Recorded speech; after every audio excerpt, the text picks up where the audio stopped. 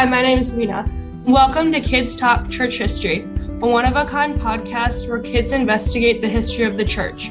Over 2,000 years ago, Jesus said, "I will build my church, and the gates of hell will not prevail against it." How has Jesus built and preserved his church against all odds? Come with us on a trip through history to find the answer, here on Kids Talk Church History. After 16 episodes on the early church, we're now ready to move on to the fascinating Middle Ages. But before we do that, we wanted to first recap what we've learned so far in our exploration of church history. So today we're going to be doing a unique episode with most of our hosts together. My name is Lucy, and I'm 16 from San Diego, California. My name is Christian, and I'm 13, and I live in Charleston, South Carolina. I'm Emma. I'm 15, and I live in Raleigh, North Carolina. I'm Linus. I'm 12, and I live in San Diego, California. I'm Lucas. I'm 15, and I also live in San Diego. I'm Trinity. I'm 15, and I live in Charleston, South Carolina. So today we're just going to be going through a few questions about church history and what we've learned so far. So my first question for all the hosts is, what has been your favorite episode we've recorded so far and why? I think it liked the heresies episode the best simply because it showed me more and more about heresies when I really didn't know anything about heresies. I really enjoyed the episode on Macrina and the three Cappadocians because Macrina is just a really fascinating person, and the guest that episode, Professor DeVore, was so delightful. My favorite episode was the episode about the Bishop Ambrose because it showed that you don't have to have superpowers or be super strong to lead a peaceful protest.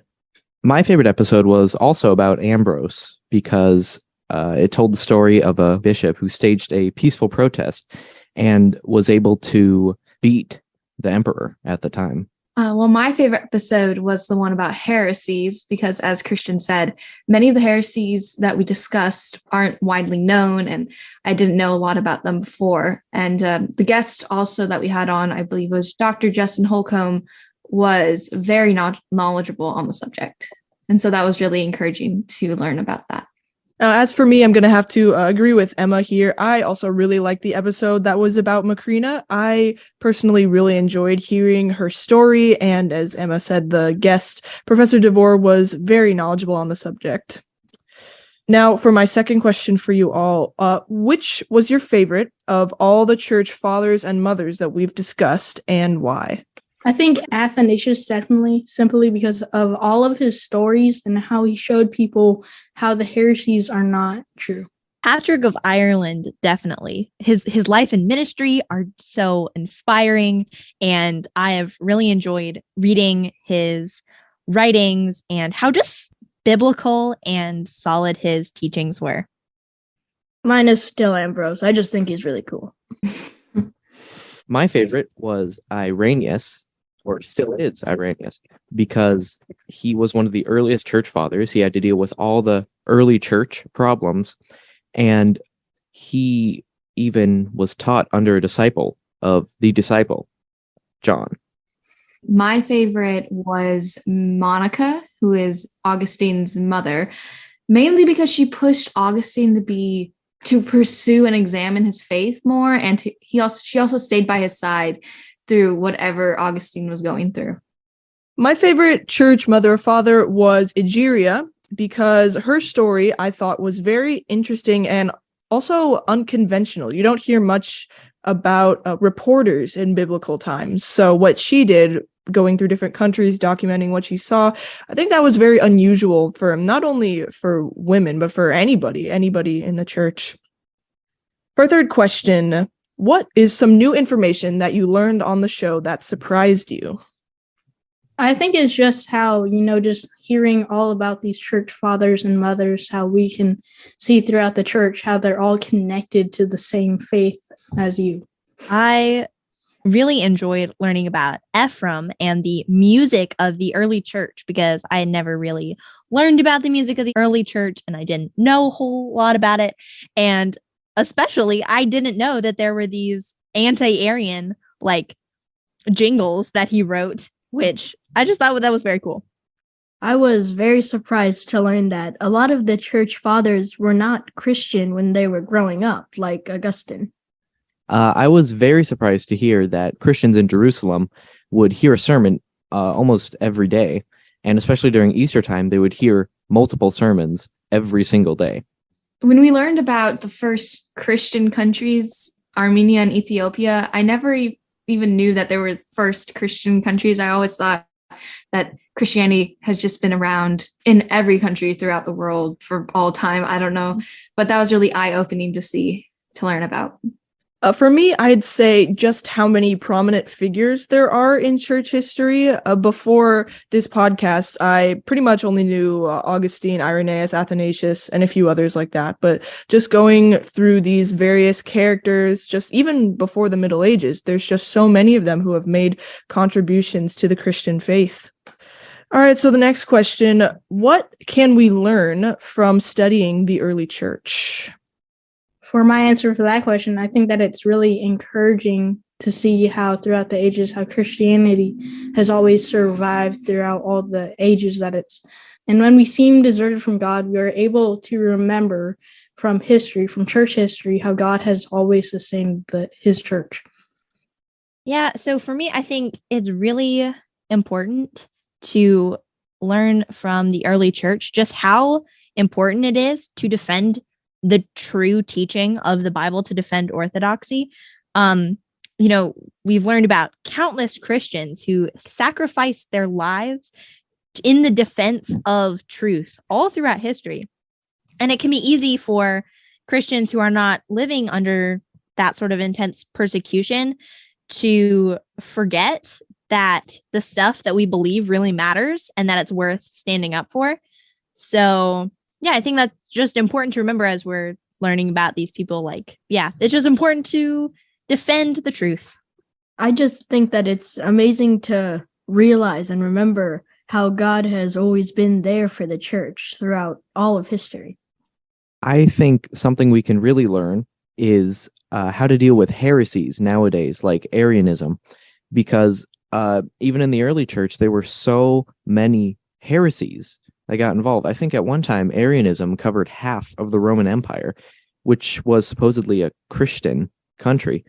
And it just goes to show how hard it is to keep the faith, even in its early days. I would say that it's important to learn from past mistakes. Like Lucas was saying that about heresies, it's important to understand and learn from those mistakes that the early church has made. I think that it's very inspiring to read about and see how these Christians in the past believe the same things that we do now in church. So the creeds that we confess and the prayers we pray all have their roots in these people who existed 2,000 years ago and are part of the same church family that we are a part of today. Now, out of all the suggestions that our experts have given to kids who want to learn more about church history, which we ask every episode, which one has impressed you the most? I think it's just the ones that say to read books, because I love reading books, and especially when the experts recommend books to kids like us, and especially, I just love that. This is definitely my favorite part of all the episodes. And I love all of them, but I think my favorite was probably Dr. Philip Carey in the episode on Augustine of Hippo. And he talked about how reading, like Christian was saying, but reading well is an important part of learning church history, and specifically learning about and reading about people and human nature, both nonfiction, but also fiction. And he really encouraged reading fiction authors that really understand human nature, like Shakespeare and Tolkien and Austen. And as an Austen fan and a Shakespeare fan, I was like, yes, this is amazing. Proof that I'm doing something right. My favorite suggestion was to read Simonetta Carr's books because they're very easy to understand, but they also supply a great deal of information. I really liked how John Baer, one of the guests, encouraged us to study Greek and Latin, because I've been studying Latin for 3 years now, and I didn't really see how important it was for my education, but hearing him say that encouraged me to study it more thoroughly. I especially liked how Reverend Aaron Clausen encouraged us to study church fathers and mothers who have similar interests like us. So people who are artists, writers, it helps. He said that it helps you to feel like you're also a part of this history, like that you are connected to these people instead of seeing them as faraway figures in history. And I thought that was really encouraging. I'm also going to have to agree with Lucas on my favorite guest was John Bear, because he encouraged us to study ancient languages. He named Latin and Greek in particular. And as someone who's been studying Latin throughout the entirety of high school and junior high, it was nice to be appreciated and have something that, something to work for, that I know that my labors are going to bear fruits. Well, in conclusion, we've learned so much on this podcast, and we have a lot more to learn. And we're not leaving the early church for good. We might return to this time period from time to time, so make sure you stay tuned for that. Now, if you haven't already, subscribe to our podcast and tell your friends about us. You can also visit our website, kidstalkchurchhistory.org, where you will find all of our podcasts, special offers, news, and more. And just by leaving a comment or asking a question, you will have the opportunity to win a copy of Simonetta Carr's book, Church History. We're looking forward to hearing from you. In partnership with the Alliance of Confessing Evangelicals and on behalf of all my co-hosts, my name is Lucy. Thank you for listening to Kids Talk Church History.